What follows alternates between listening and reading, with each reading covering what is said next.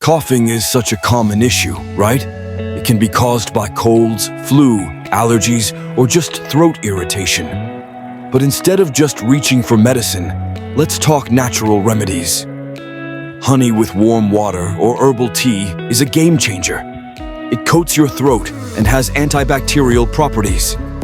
Ginger tea is another powerhouse. It reduces inflammation and clears mucus. Warm turmeric milk boosts immunity and calms that persistent cough.